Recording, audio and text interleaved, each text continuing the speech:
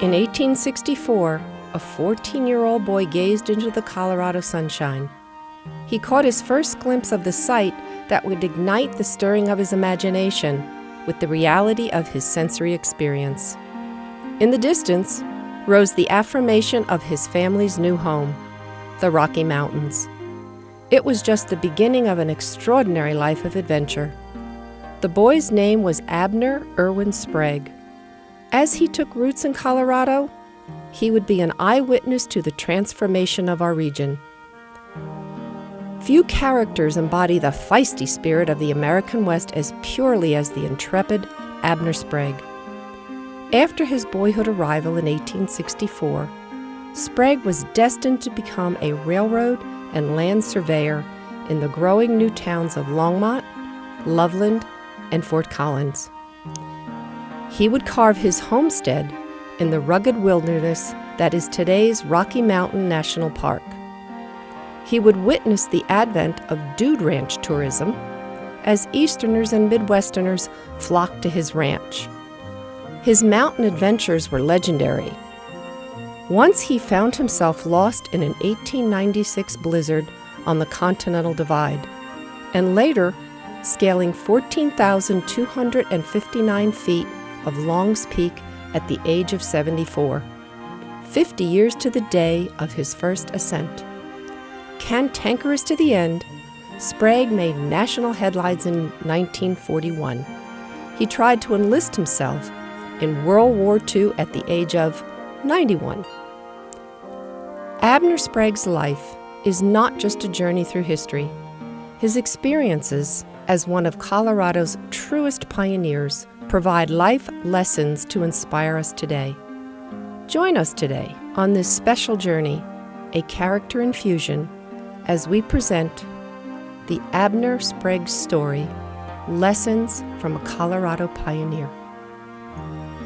Before Sprague's 93 years on this earth were complete, he took time to record his amazing adventures and insights into a book of memoirs. This book provided the inspiration for this historic reenactment by storyteller and stage performer Curtis Kelly. Here now is Curtis Kelly in the role of the legendary Abner Irwin Sprague.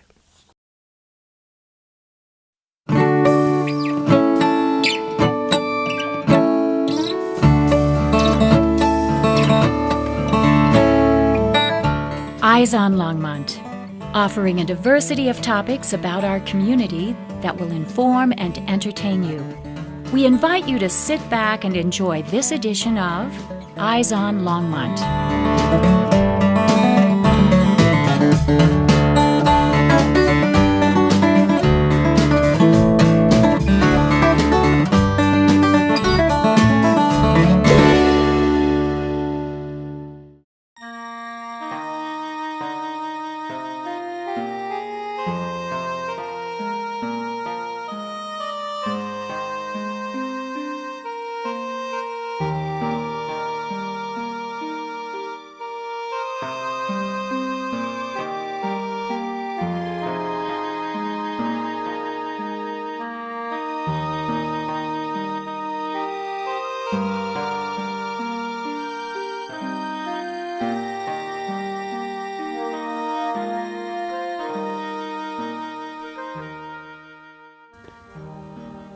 So just what is a pioneer? Well, I have a lot of folks who've been tossing that term around these days, and I like to think in Colorado, a pioneer is someone who came to this state before anybody knew it was such a good place to call home. Now, even though I've spent nearly 80 years on this earth in Colorado, well, I have to claim that I'm a transplant myself.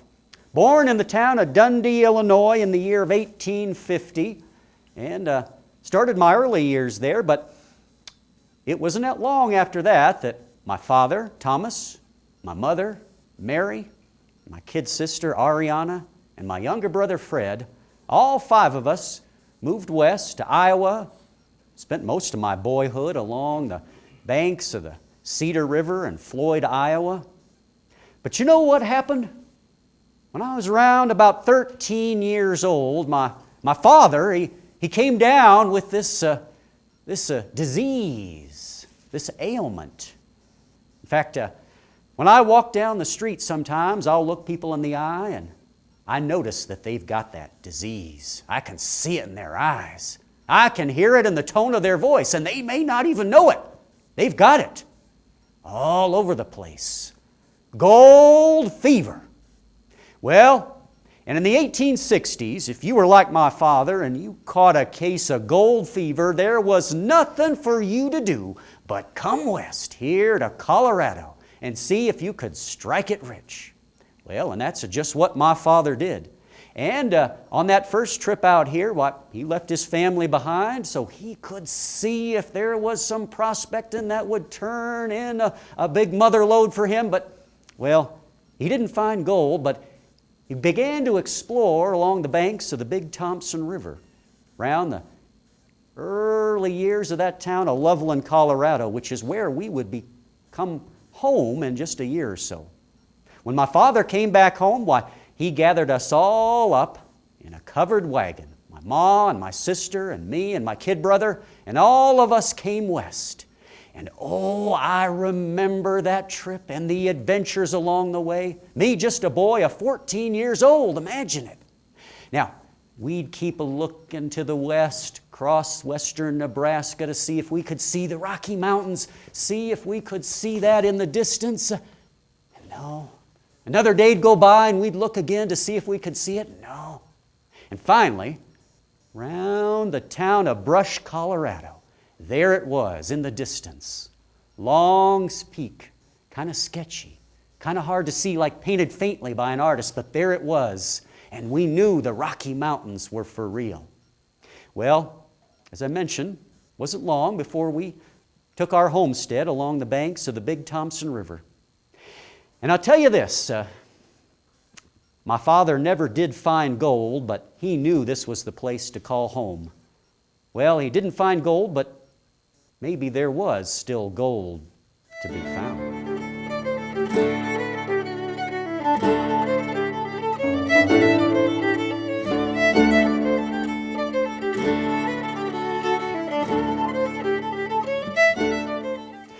Well, I did my share of farming as a young boy, and all of that work taught me one thing.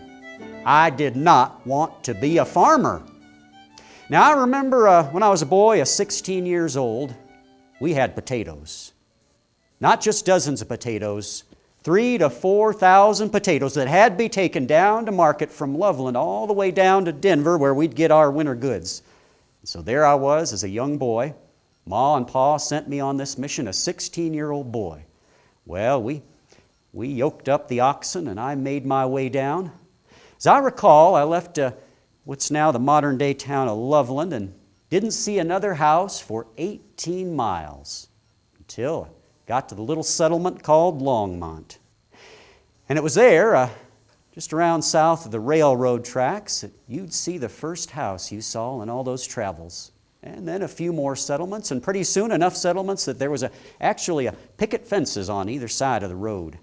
And it was that first night, just south of Longmont, a little area called Burlington then, that I made my first encampment. Oh, and that was a night I was so tired. Now I gathered all the tumbleweeds that I could find and stomped them down and made myself with a little burlap that felt just like a feather bed. I slept through the night. And when I woke up before the sun came up and I could see where Pleiades was in the sky, I knew that it was almost sunrise and began to move on my way for the next day. Now, by that second night of the trip, I'd made it to Church's Ranch, which is not far from the present-day town of Broomfield, and there I actually had accommodations. Passed by a fellow, a German farmer by the name of Vinegar. Well, I don't think that was his name. That's what we called him because none of us could pronounce his name. Oh, and his house was well known on the stop by all those bachelors because he had two very fine young daughters.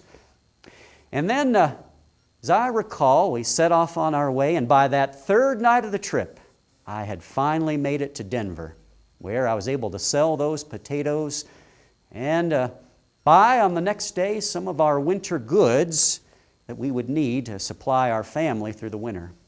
Made it back, and oh, I was a tired boy. Now you have to remember, I came to learn about farming in Iowa and Illinois during the Civil War, when so many of the men were gone, and young fellows like me, lads, had to do so much work just to keep those farms going. It was a pleasant life growing up on those plains of Colorado. But I remember the socials. You know, we wouldn't think any of it to travel maybe 15 or 20 miles to the Longmont colony or the Greeley colony to go to a social, to dance with your best girl. Now, if you did that, your first dance was always with your girl, and your second dance was always with her mother. So I found myself after school really kicking around, kicking up the dust, wondering what I was going to do with my life, thinking that it probably was going to be my fate, that I'd take a job on a farm or a ranch and settle into that life. But my father, he said, "Abner, I can tell that that's just not the future that's calling you." And so what was it? What was I going to do with myself? Well, one thing that I came to like was this idea of land surveying. And I'd follow around the folks that did that, who'd be out there with their tripod and looking for the right place to build a house or a bridge or a road or later a railroad. And I thought, this was something that I could get excited about. But where to get my education?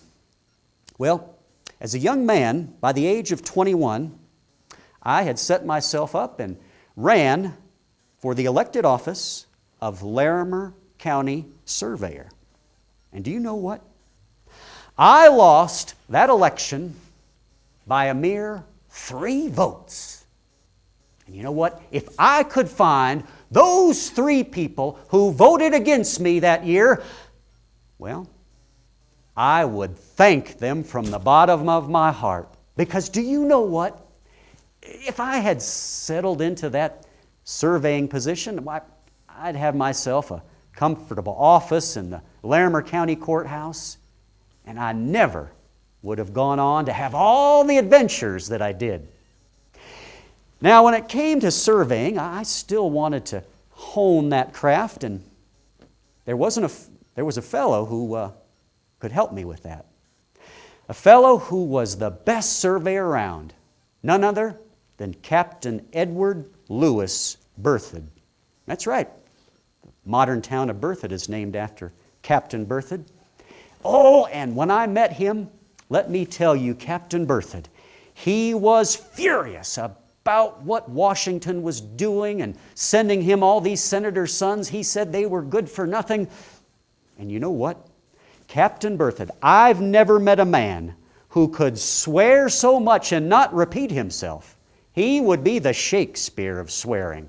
His cuss words could make bacon sizzle. But he was one of the best surveyors around, best as they come. And it was a privilege for me to work with Captain Berthoud. Well, so I never did, in those early years, become the Larimer County Surveyor. That was something for later in life. And as I mentioned, I never did take that farm or ranch job because there were a whole lot more adventures awaiting me later.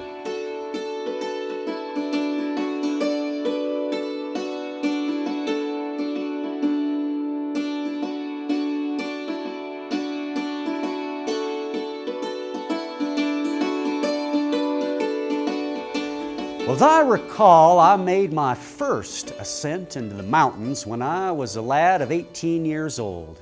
And oh, that trip. Now, there weren't very many folks going in the mountains in those days. But a friend of mine, he and I camped there along the Big Thompson River and then made our way into the valley that was called Estes Park. Why, in those days, I only remember that we saw 3 people on that whole trip. One was the Welshman, Griffith J. Evans, who operated a dude ranch in Estes Park. Another was a fellow who, well, as he would be described some years later by Miss Isabella Bird, very handsome, aquiline nose, long cascading hair, handsome on one side of his face, but all scarred over on the other. Came to be known as Rocky Mountain Jim Nugent, a legend of the area. And the third person, well, I don't know that we even caught his name. He was some old prospector who had been prospecting up and down the continent. Yeah, but we camped in places that are now filled with developments. Well, came back on successive camping trips and made my first ascent up Long's Peak as a young man of 24. And then, by the time I was 25 years old, we were ready to file for our 2 homesteads in a place called Willow Park. Now, when I say Willow Park, I get lots of stares and shrugs of the shoulder because I guess more people know it today as a place called Moraine Park in what's now Rocky Mountain National Park. But imagine, my father and I filing for 2 homesteads, and there we had our cattle, and of course our cabin. It wasn't much, just a 1-room cabin, no windows at first. Now, the roof of that there cabin was made with peat. That's material you might get around the creek beds that's all has been penetrated by lots and lots of water, and it's dark and thick, and it makes good roofing material. Now, if you make a roof out of peat, sometimes you have to take some precautions. Sometimes the spark from your chimney will set that roof on fire, and you just climb on up there and stomp that out if that happens. And maybe sometimes if you get a heavy rain, you'll look up at your roof and realize there's some water dropping through. Now, most of the time with a roof like that, it acts like a sponge. It absorbs the water, and then that water evaporates when the sun comes out. But sometimes you might have to put some buckets around, and I'll tell you, that water is filtered through that peat, and it is pure. That first winter of 1875, well, we made plans for Ma. She finally went home, and Pa went back down to Loveland. But my brother Fred and I planned to stay there through the winter. The first snow I remember came on September 20th, and it snowed 2 feet. The last snow came that following spring on May 22nd. Yes, long snowy winter. But the adventures we had, with not many folks coming through. The only folks we'd usually see were the hunters. Well, hunters like Hank Ferguson, who'd stop and maybe share some of his meat with us for a place to stay. After a few months, we fished in those streams that were filled with trout, caught ourselves 100 pounds of trout, which earned $50 down in Denver, and bought us our first Remington rifle. And after that, we didn't have to depend on anyone else for our meat. And oh, those cold spring days in March. I remember a steer that had died in the cold, and I saw this bear during the night dragging this steer, putting lots of rocks and sticks around it. And then the bear never came back. Why? To this day, I wonder about the psychology of wild animals and why they do what they do. Well, from that first winter, we went on and tried to work our cattle operations, but wouldn't you know, I kept getting distracted. Well, see, I'd be there with Ma, and we'd be doing our chores, and somebody would come along and they'd say, Abner, we've been out here hunting, and more than anything, we would sure like a warm place to stay, a roof over our heads tonight. Would you fix us up a place to sleep? Well, we don't have a lot of room, but all right, I suppose so. And they'd pay us for it. And another day, someone would come along and they'd say, Abner, I know you look busy there, but we've heard that you know the routes up the Continental Divide. Oh, and see, my wife here, we're on our honeymooning trip. Could you take us on a guided trip up to the Divide? Well, I don't know if that's a good idea, but how could you say no if they're on their honeymooning trip? And so there I'd find myself guiding someone up the mountain, and they'd pay us for it.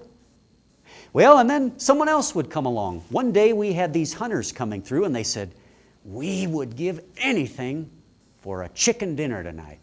Now, if you'll fix it up for us, we'll come back and pay you good money for it." Well, Ma and I, we talked it over, and we couldn't afford to lose one of our chickens if they didn't come back, but we took the gamble. And wouldn't you know, they came back and paid good money for that chicken dinner. Well, I may not be a smart man, but I finally began to realize amid all these distractions, maybe my father was right all along. My father, who had come here looking for gold, well, he didn't find it in the traditional way. It was here in another way, a gold called tourism. Oh, I said, many years later, I said, we had to go in the tourism business. Whether we chose it or not, we had to go in the tourism business or go broke from keeping free company. Sometimes I tell folks there's a lot more money in milking tourists than there is in milking cows. Before long, there in Moraine Park, from our little one-room cabin with the peat roof, grew the first Sprague's Hotel. 3 stories with 12 bedrooms and a dining room and a balcony. Oh, and we were ready for business. Sprague's Hotel was open. But there was one problem. How were folks going to get there? Well, we had a plan for that.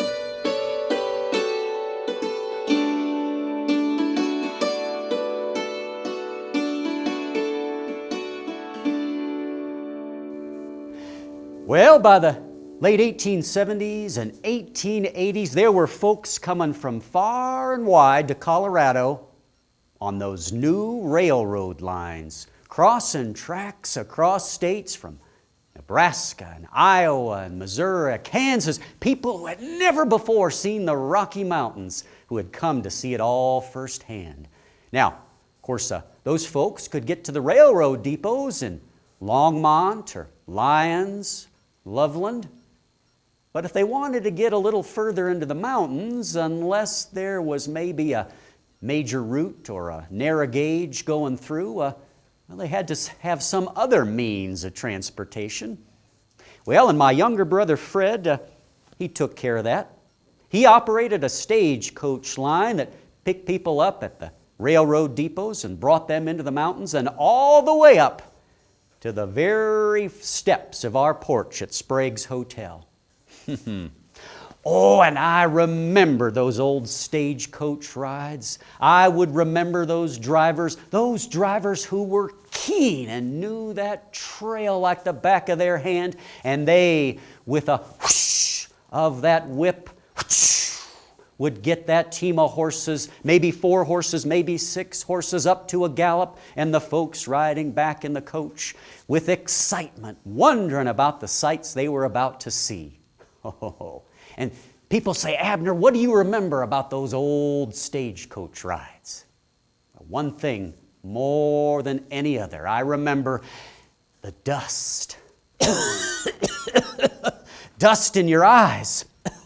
Dust in your mouth, dust in your nose, dust in your lungs that would be kicked up on those roads. So much dust that people would be covered in dust, and they'd be a-wishing, oh, if there was only something to settle this dust out here. Well, now you got to be careful what you wish for, because sometimes that wish would be granted.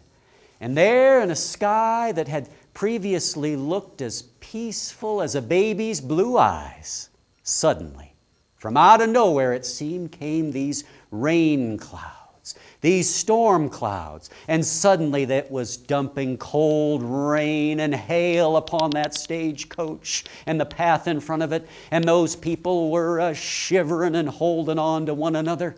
Now, Before, they had been scared at how fast that driver was going over those turns, looking over those ridges, thinking that's a long way down below if this horse misses a step. But once the rains came, why, they said, we're so cold and shivering. Why, we don't care if we go over the edge because maybe that'll warm us up. And you can imagine it.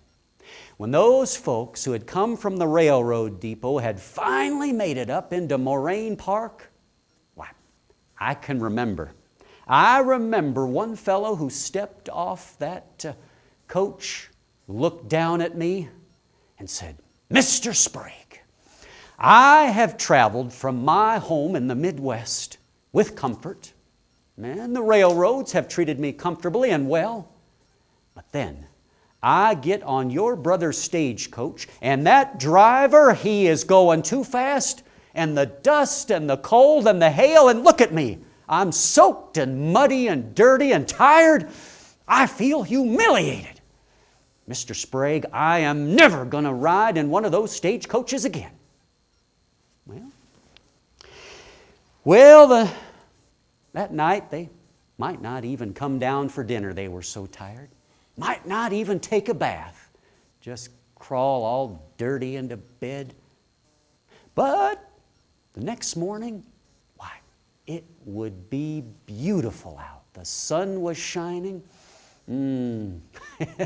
A sky as peaceful as a thumb in a baby's mouth.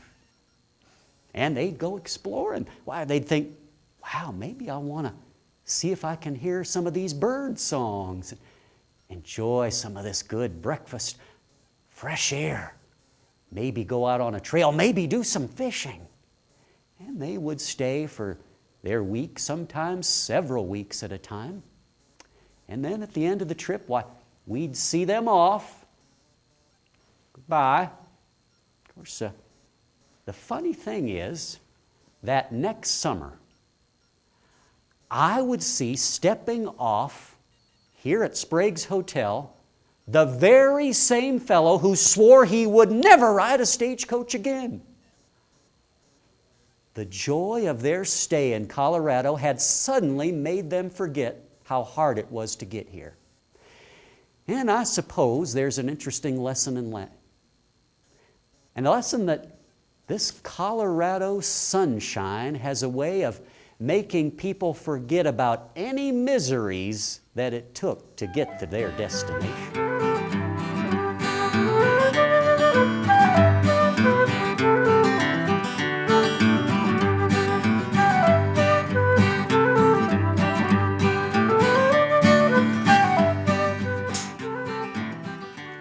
Oh, the railroads. The railroads were coming through, and as someone with a little land surveying experience like myself, I had no trouble finding work in the 1880s. Well, now of course, we had already opened up our Sprague's Hotel, and so I got called away, and Ma and Pa and my brother and sister, well, they would tend to business out there as I was working more and more surveying. Well, sometimes working along my friend Captain Berthoud, and sometimes getting hooked up with outfits.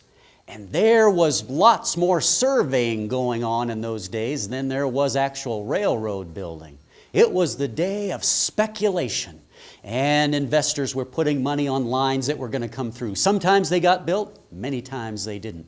I traveled throughout western Colorado, remote places, had adventures. I even worked on one of the lines that did not only get surveyed but built. The narrow gauge railroad through Boulder Canyon. Ah, yes. Went through a little town called Sunset. I don't think there's a Sunset anymore.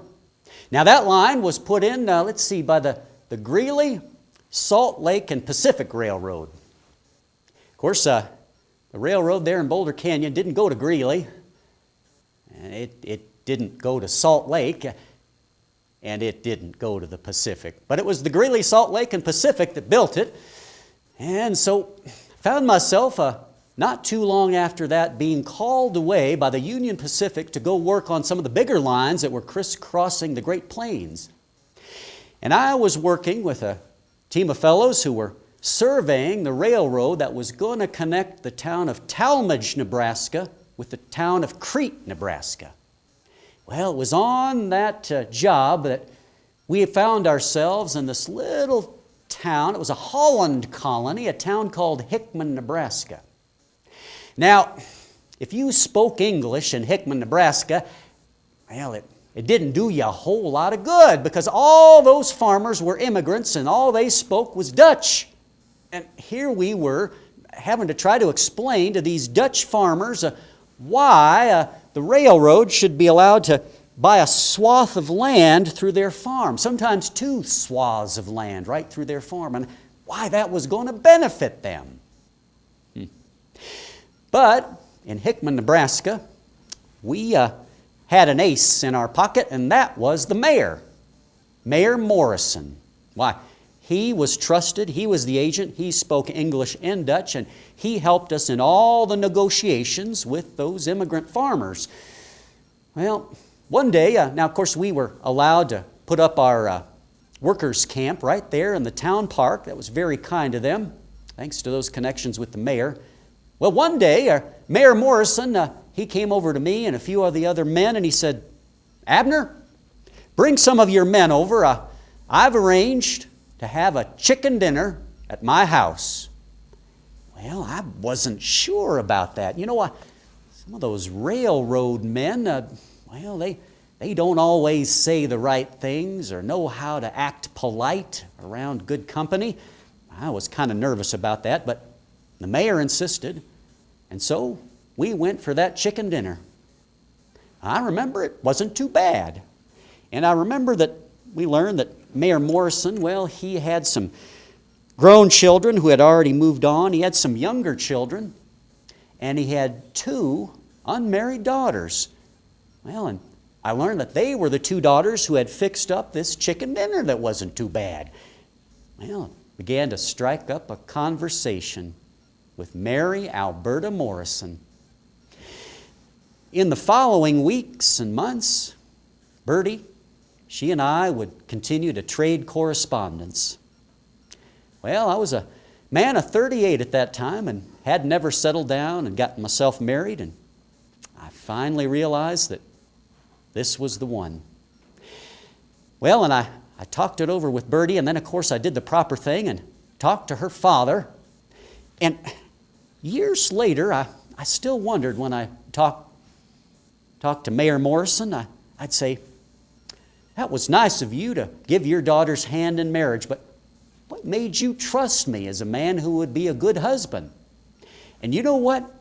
He said, "Abner, one thing I observed about you is that no matter how busy you got working on all those jobs, you would not let a week go by when you didn't send a letter home to your ma. And I thought a man who did that would make a good husband for my daughter." Oh, of course, Mayor Morrison didn't know that most of those letters I wrote home to Ma and letters I'd later write to Bertie went something like this. They'd go, "Dear Ma, I am well. Hope you are too. Love, Abner." Well, that was what it was like getting a love letter from Abner Sprague, but I was consistent and I was regular in keeping up those letters. Now, the other trepidation I had with Mary and Bertie is that I had to tell her about my home back in Colorado, which was a pioneer home. Well, we didn't have a lot of the amenities that she had become accustomed to, but I do remember her saying that she had come from a pioneer family herself. And wouldn't you know, why, she fell in love with the Rocky Mountains like I did, and she would hunt and camp and fish alongside everyone else. Once I got a new job working for the railroads, and we were camped near the town of Plattsmouth, Nebraska, and I took the job because it was near her childhood home, and I thought she'd have a chance to spend time with relatives. Well, she was there for a little while, and then she called me and said, "Abner, can I come stay near the camp?" I said, "What's the matter? Did you have an argument, a quarrel with somebody at..." "Oh, no, everything's fine here at home, but I'm kind of tired of home and I want to be near you." Well, that was the answer I was hoping for. And she came to stay near our camp. Well, Bertie and I have had a good life over the years, and I suppose of all the places I think about on this earth, there's one that's very special, one not far from our Sprague's Hotel. Well, it's a place in Glacier Gorge that bears her name and will forever be adorned with her name. Perhaps one of the most beautiful waterfalls in all of Rocky Mountain National Park, a place that people still visit to this day, a place called Alberta Falls.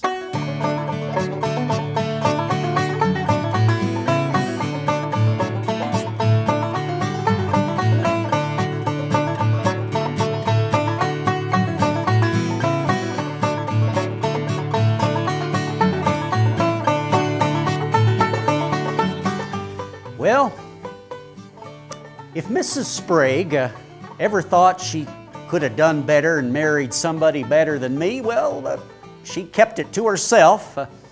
I know I couldn't have done better. And if there was ever a story that proved my wife, Bertie, was a forgiving soul, well, this one would have to be it. Takes me back to the September of 1896.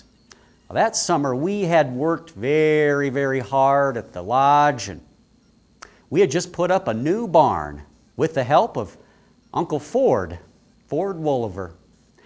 Well, and the three of us, Uncle Ford and Mrs. Sprague and myself, decided after that long, hard, arduous summer of working so hard on such long days that we needed ourselves a little vacation.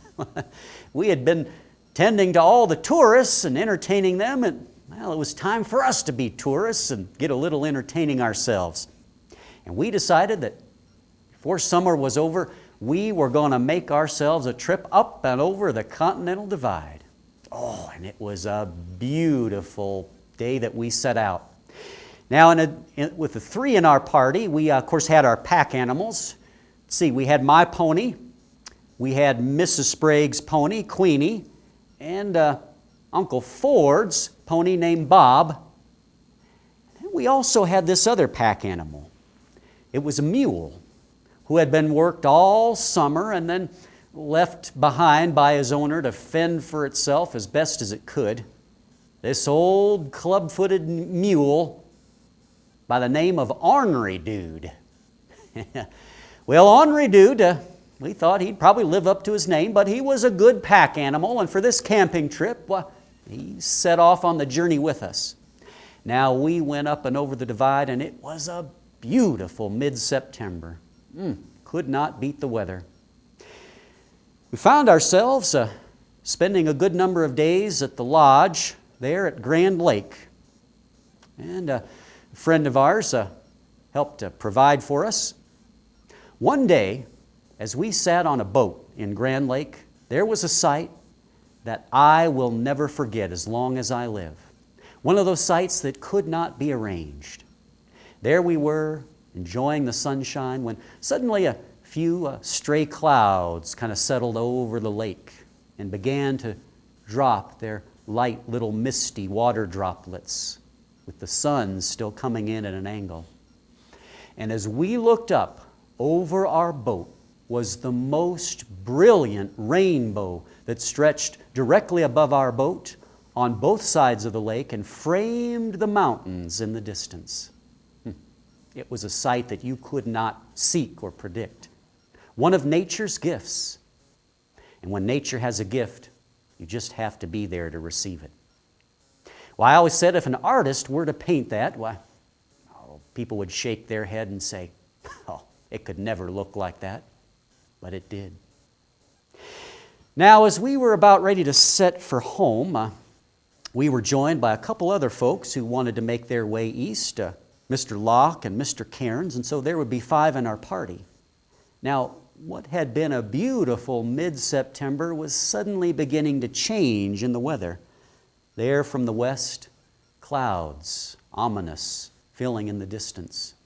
Well, we set off confident that we could still make it home in time. It wasn't long on that journey that those clouds began to drop their hard snow pellets and the wind picked up. Some in our party thought maybe we should turn back to Grand Lake. Others of us thought that we had made it this far and we should carry on. And carry on we did, until that storm came on more and more and more intense, so that it was becoming harder and harder to see the trail.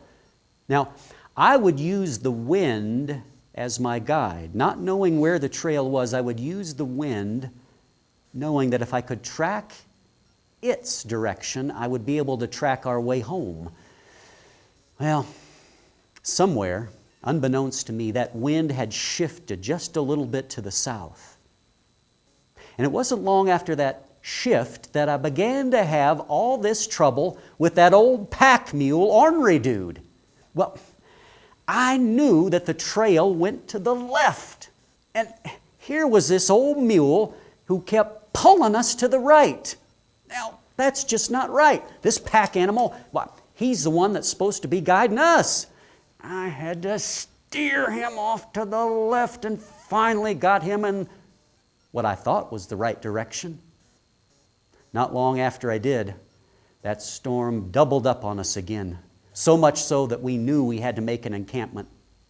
Some would say, Abner, well, why didn't you turn back, head back to Grand Lake? Well, those who've been in a storm up on the Continental Divide know why. When you turn into that wind, it would be like walking into a concrete wall with those hard snow pellets pounding at you. Even if we tried to turn back, well, the pack animals, they would have none of it. So that night, as darkness descended, lost in a blizzard on the Continental Divide, the best that we could do was find a little encampment near a ridge and get down there, and I lowered myself down and stomped that ground as best I could so that we created a little ice camp there. And that was our only choice to be our shelter through that night.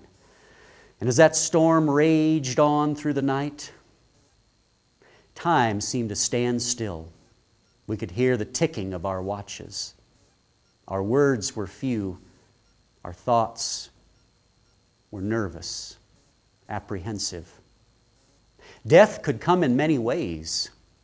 Why, I worried less about being buried in snow than I did about falling over that ridge.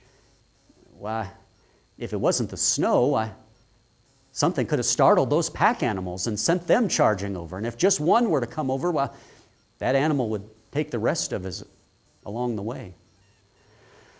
Now, as morning came, the funniest thing, how those storms can come and go and shift so quickly up in that elevation. We could actually see a clearing off to the east, and we actually began to know where we were. We could even see the roof of that barn that we had built that summer. Home was not far away, and so we got out and began to load up on our pack animals, and were just about ready to leave that encampment when it came on. More intense, 3-4 times more intense than it had ever been the night before. And the best we could do was lower ourselves back into that encampment. Oh, we were frozen. Mrs. Sprague, her skirts were just sheets of ice next to her. Mrs. Sprague later said that she did not believe we were going to make it out alive from that encampment. But finally, it changed. The course of that storm changed, and we began to see light. And when we got out, we looked at those pack animals. Why, they were covered in ice. We had to chop off some 10, even 15 pounds of ice around their ears and around their torsos. And when we did, they would shiver because the ice that had formed on them was keeping them warm. And so we finally made our way out of there. Now, as we slid our way back to home, I tried to keep Uncle Ford from taking a drink in the creek, but he was so thirsty and he couldn't help himself and got that creek water to his lips and later got very, very sick from it. But we made it back home. Now, it wasn't hard to find Uncle Ford trailing around because he had gotten himself a brand new pair of overalls before that trip. And in the white snow, you could see where he was sliding. The blue dye would leave a trail wherever he went. We all made it home. Later, we wondered and went back for the pack animals. We wondered what would happen to that old mule, ornery dude. Well, from what we heard, he had hooked up with a band of mountain sheep and followed them along to this ridge where they could traverse the edge, and he just couldn't quite do it, and so he had to back out of the gang. And wouldn't you know, we found out later that ornery dude was found all the way back over the divide where he had returned back to Grand Lake. Well, that ornery dude brings me back to the part in the story where you probably know where I made that terrible mistake. You see, I hadn't realized the wind had shifted, and I wanted us to go to the left, and ornery dude was pulling to the right, and he was right. He knew the way. From that day on, I almost never second guess a pack animal. They have keen instincts that we human beings can never have and only wonder and amazement about. And so, all these years later, after that joyous camping trip that took us quite afar in that blizzard, I think back to Mrs. Sprague, who, if she had wanted to, why, she could have rubbed it in. She could have told all her friends. She could have said, "My husband Abner is dumber than a club-footed old mule." But she didn't do it.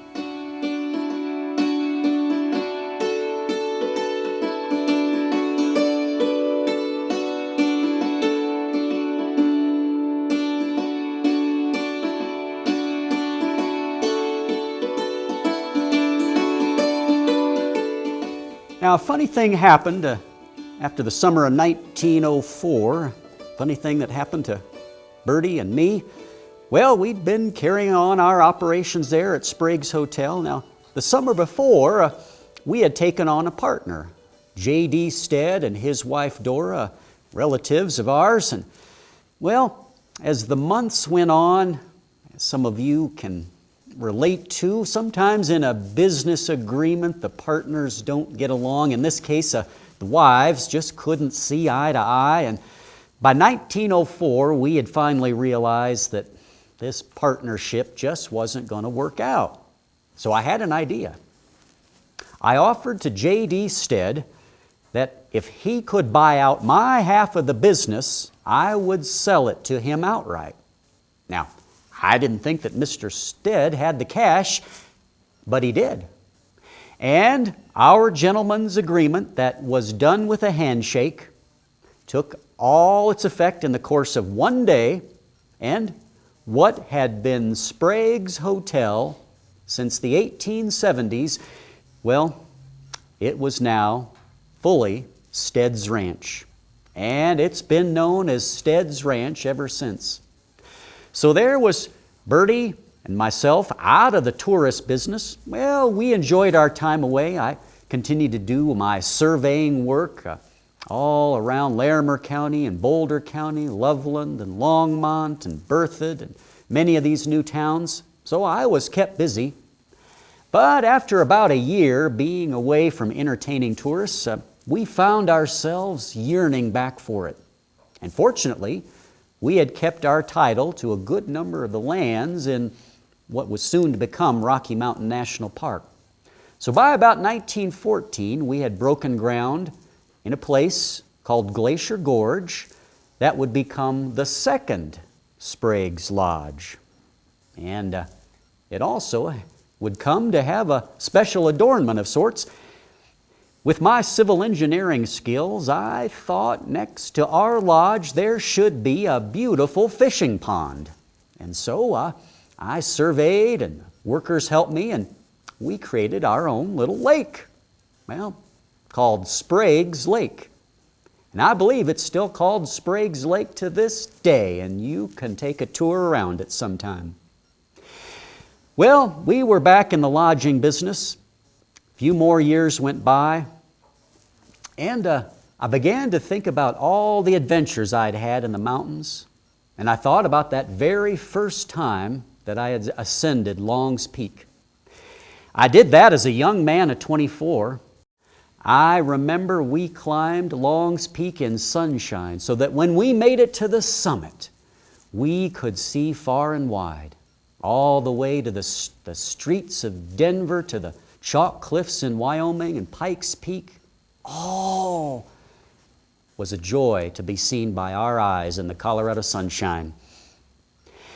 And as the date began to approach, 50 years since the day that I had made that first ascent of Long's Peak, well, some of the family members and younger family members said, "Abner, why don't you plan one more trip up to the top?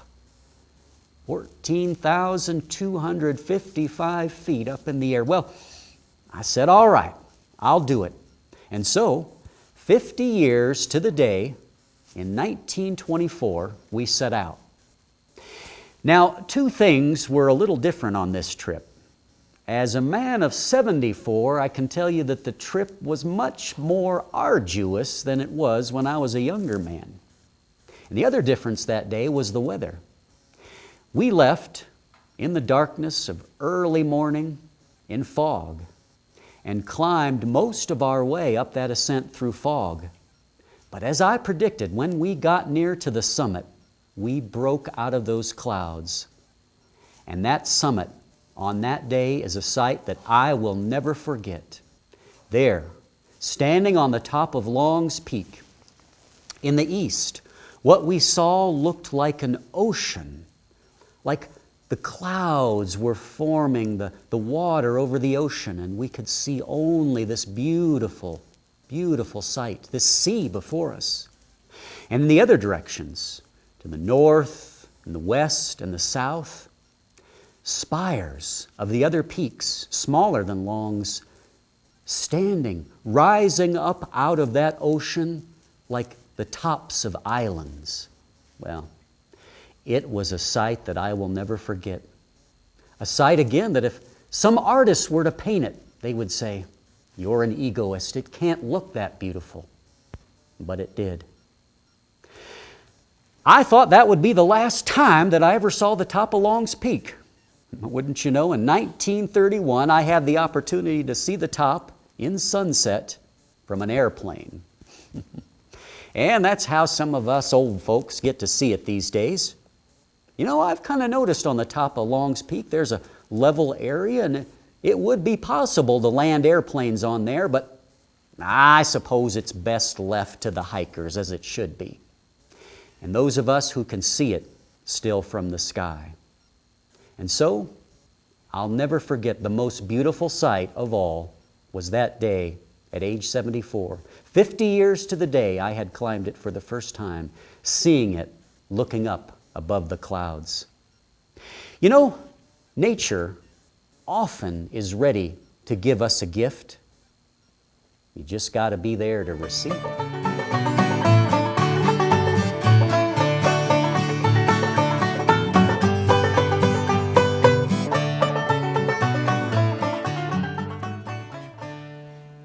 Do you know your neighbors? Do you get along with your neighbors? Do you know them by name? Do you wave at them when you see them outside? Do you ever have them over? Maybe you have them over for dinner. Maybe you have them over for a holiday party. Well, neighbors can be your best friends. Neighbors can sometimes be very hard to get along with. I have had the same neighbors for some 60 years, and they have caused me my share of grief. Well, think of it. How would you feel if one day you came home to discover that your neighbor, without consulting with you, had decided to cut down all of the nice shade trees in front of your house? Oh, you'd be furious! What if on another afternoon you came home and suddenly you had to stop your car? You couldn't drive across your driveway because your neighbor had decided to reroute the flow of the stream so that it completely flooded your driveway. Oh, frustrating. Oh, well, I'll tell you one thing. Did you see something here in my pack moving? I think something's gotten into my pack here. Hold on, let me Would you believe it? Make a mention of him and suddenly he shows his face. Here has been my neighbor for some 60 years, Mr. Beaver. That's right, Mr. and Mrs. Beaver. I have tried for 6 decades to understand Mr. Beaver, to try to get along with him like a neighbor should, try to understand his ways. I've tried to understand things like why, if there are perfectly good shade trees around his pond, does he snake his way up a hillside and come in front of my house, cut down my shade trees, and drag them back for his house? Does the bark taste better on the shade trees in front of my house? I do not know. I cannot communicate with him to understand these things. I've watched his ways. Busy as a beaver, the expression goes. Well, that's true sometimes. In the summer, it's Mrs. Beaver who does most of the work and caring for the young and repairing the house, while Mr. Beaver is off rollicking, enjoying himself, sunning himself during the day, playing at night, sometimes getting into fights with other beavers. Now, if you look at the hide of an old beaver, you'll notice it has a lot of scars. Well, beavers are sometimes like us. They get old and cranky, hard to live with. Oh, and I've gone to see exhibits in Chicago and New York. I've read the works of naturalists like Enos Mills. We all have different theories about why he has his big paddle tail and why he has this thick toenail claw of his. Enos Mills, why he says that Mr. Beaver uses it for cleaning purposes and to keep himself sanitary. I read another writer who said that beavers have a way of taking those claws of them, and there's a chemical or an oil that he can spread on his back. Well, I don't know, but I don't know any fool beaver that can stretch himself like that to get an oil on his back to keep himself dry. Here's my theory. I think he has this toenail claw to use as a toothpick. Well, think about it. If you were out and chewing trees, got yourself a giant sliver, why, you'd need a way to get that out. Well, my theory is no more crazy than any of the others. Well, all these years of trying to live in harmony with Mr. Beaver, I'll never forget one day, not too long ago, the news had finally come through that this area that had been my home had been designated, signed into legislation by President Woodrow Wilson, to forever be a national park. Oh, I suppose it's just as well that people get to enjoy it like I did when I first came. But I think that day Mr. Beaver had heard the news, because he was a-holding his head up proud as he came splashing along Sprague's Lake. And as he passed me by, he splashed that big paddle tail of his in my face, as if to say, "That much for you, Mr. Sprague."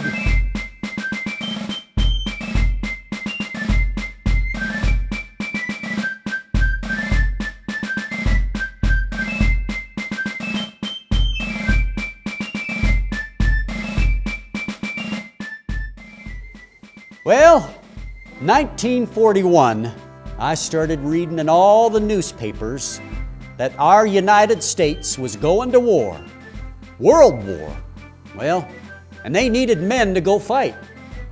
So I talked it over with Mrs. Sprague, and I got myself cleaned up, got my muzzle-loading rifle, and I marched myself on down to that enlistment office.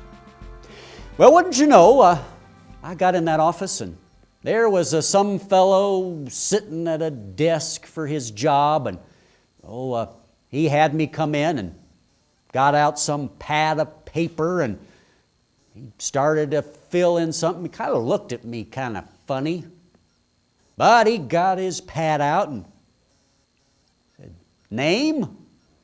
Abner Sprague. Abner Irwin Sprague." Well, occupation? Well, that was a hard one. I'd been a land surveyor, a hotel proprietor, an explorer, a stagecoach operator, railroad man. More on that list than he could fit on his paper. Well, then he got to another question. He seemed to hesitate, and he said, "Your age, sir?" "Well, I'm 91 years old and proud of it. I'm tough as nails and I'm ready to go fight." Well, he kind of looked back at me and looked down at his paper and looked up at me and looked down and looked out the window a moment, and then he kind of looked at his watch, and he started to stammer a little. I said, now, Mr. Sprague, there seems to be some misunderstanding, sir. You see, this office is for men who want to enlist in the Army." "That's right. What do you think I'm here for? What do you think I brought my muzzle-loading rifle for? I'm ready to go. I tell you, I'm tough as nails. I'm tough as men half my age. I'll prove it to you." But Mr. Sprague, you see, the Army has what we call parameters with regard to one's advancement with age. "I don't care. What do you think I'm here for?" Oh, and wouldn't you know, that fellow, he would not sign that paper. Oh, I was so furious. I went back home and talked it over with Bertie, and I was walking around and mumbling to myself, and she said, "Oh, just cool it. You have to understand they have rules." Oh, I was so furious. Well, sometimes a good night's sleep does wonders. I felt better the next day. Then the old telephone rang. I went and answered it. It was some fellow, and he said he was a newspaper photographer of some kind, and he said he asked me about what happened the day before, and I told him. I said I'm still steaming about it, and he said, "Mr. Sprague, if I meet you tomorrow back at that enlistment office, would you come and wear what you wore down there?" "That's right, yeah, you got your flannel shirt on, and bring your muzzle-loading rifle." "Yes." So I went back down to that office, and he said, "This is where it happened, and this was the fellow you talked to." And I looked at that fellow, still steaming at him. "Well, all right, Mr. Sprague, you stand. This was about where you were standing. I want you to stand here, and we're going to have the fellow sit at the desk like he was, and I'm going to take a picture of what happened." "Oh, all right." Seems silly enough. Well, wouldn't you know, a funny thing happened. Over the next week, I started getting letters and calls and telegrams. You see, that picture that fellow took of me in the enlistment office, why, it ran in the newspapers in Denver and Chicago and Kansas City and St. Louis and San Francisco.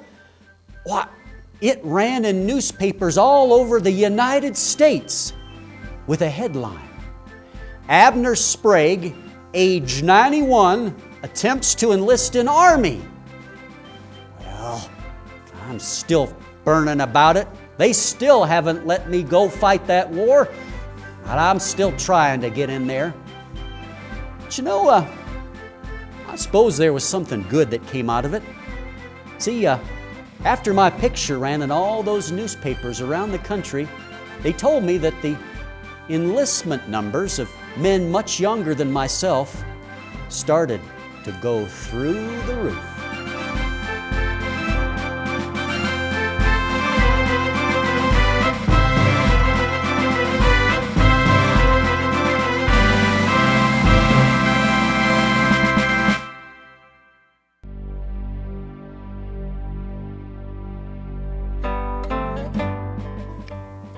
In June of 1939, Charles Reed, who is seen seated here in this photo in his car, paid the first ever fee required to enter Rocky Mountain National Park, which had opened 24 years earlier. Abner Sprague, seen standing in the center of this photo, lost the coin toss for this honor, but Rocky Mountain National Park in Colorado's northern Front Range forever bear his indelible legacy. After a life well lived, Abner Sprague died on December 27, 1943, at the age of 93. Alberta Sprague, a true pioneer herself, died in 1949 at the age of 81. Although Abner and Alberta had no children of their own, they were very close to their nieces and nephews. One of those nephews was Edgar Stouffer. Ed took a great interest in the tourism business. He took over operations at Sprague's Lodge, which continued to serve guests until 1957. Ed would also go on to operate the Sprague's original hotel. The hotel came to be Stead's Ranch until the National Park Service took over the lease in 1962 and later dismantled those old structures. The buildings may be gone, but millions of visitors every year still seek out places like Sprague's Lake, which was Abner's old fishing pond, created with the help of his ever-ingenious civil engineering skills. And in Glacial Gorge, Alberta Falls still bears the name of Abner's spirited bride, adorning one of the most beautiful waterfalls in our mountain region. Whenever you travel this highway from Lyons to Estes Park, or from Loveland to Estes Park, you can thank old Abner Sprague for his intrepid surveying skills, which helped carve an automobile road from those rutted old horse and wagon trails. And take a look at some of those old survey maps in Boulder County and Larimer County. You just might find the name of one of the region's finest civil engineers, Abner Sprague. Today, readers can enjoy the lively tales of Abner Sprague, neatly bundled into a book called My Pioneer Life, the memoirs of Abner E. Sprague. The book was published by Rocky Mountain Conservancy and is available at their website and at many bookstores and libraries.